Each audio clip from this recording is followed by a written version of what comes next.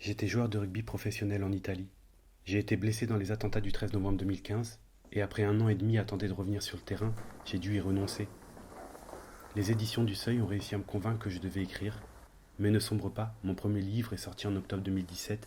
Beau succès critique et public, mais passé la vague médiatique, je me suis retrouvé face à l'évidence de la destruction, du champ de ruines qui était devenu ma vie.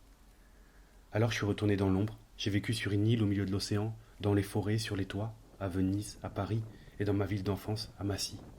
Je me sentais bien sur les toits parce que je pouvais être dans la ville, mais en prenant de la hauteur. À ce moment-là, j'avais décidé qu'écrire allait devenir ma vie. Alors j'ai commencé à écrire partout, écrire tout le temps, sur tout ce que je pouvais. J'ai commencé à écrire sur les murs la nuit, sur les toits, sur les cheminées. Et un jour, tout ce travail a été remarqué par l'artiste JR qui m'a pris dans sa promotion à l'école Courtrajmé, créée par Ladjli 1 an avant. Le jour de l'audition, juste à côté de la cité des Bosquets à Montfermeil, je suis tombé devant ce bâtiment, cette immense barre de béton qui commençait à être vidée de son mobilier. C'était bâtiment 5, dernière barre historique de la cité. Au moment de mon arrivée, tous les gens étaient déjà partis. Les ouvriers jetaient ce qui restait par la fenêtre. J'ai senti un incroyable besoin d'entrer à l'intérieur. J'avais l'impression que des milliers de voix m'appelaient et en même temps ça me terrifiait. Mais le jour même, je suis rentré. Et au fil de l'hiver 2020, j'ai réussi à m'introduire dans le chantier, à feinter tout le monde, à me faufiler dans la zone grise, la zone où tout le monde pense que t'es là pour une bonne raison, alors personne te pose des questions. Et je suis devenu pote avec beaucoup de monde dans la cité, avec les destructeurs qui avaient mon âge et dont beaucoup avaient grandi dans le bâtiment. J'ai commencé à les photographier dans les appartements de leur enfance, à coller ces photos, à écrire partout tout ce que je voyais, ce que je lisais, ce qu'on me racontait. Et à l'été 2020, je me suis rendu compte que j'avais carrément fait une exposition immense dans le bâtiment.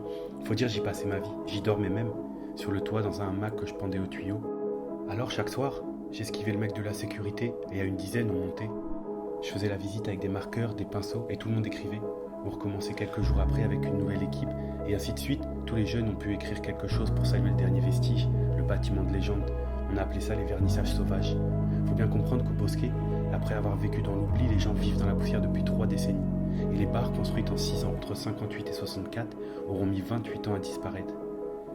Enfin, à l'automne 2020, comme dernier acte, la grande faucheuse est arrivée. Ça a été long et douloureux pour toute la cité.